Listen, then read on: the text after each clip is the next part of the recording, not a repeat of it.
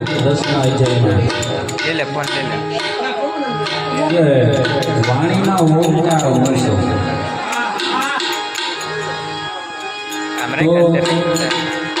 તો વાણી તો એક ભગવાનનું સ્વરૂપ છે. તો વાણીને જેવી તેવી જેમ તેમ વર્તન કરવા એની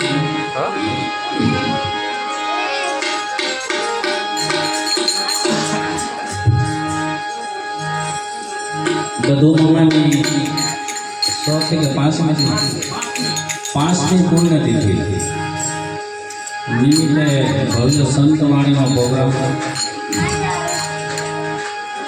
તો હું તો એમ કહું કે ભાઈ ભાગશાળી આદમી હોય ને એની પાછળ આવું ભજન થાય. મારે બધુંમાં બાપા સીતારામ બજરંગદાસ બાબાની બહુ બઢિયા સેવા કરે.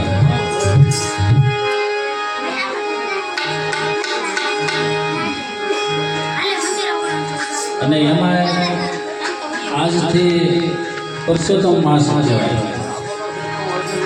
તો એવો આપણે કહીએ ને અપર મહિનો બેનો અપર મહિનો કહીએ.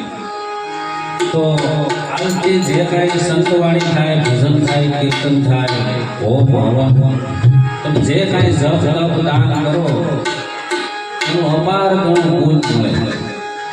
એવો આ પુરુષોત્તમ માસ.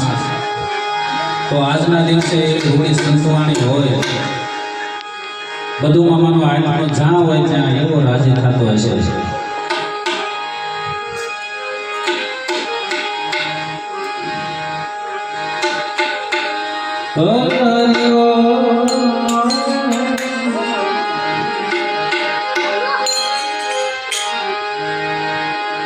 પહેલા કોને સમરી કે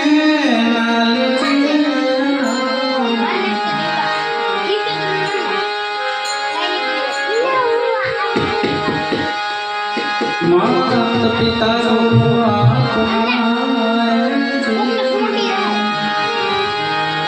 લઈને અલખ પુરુષના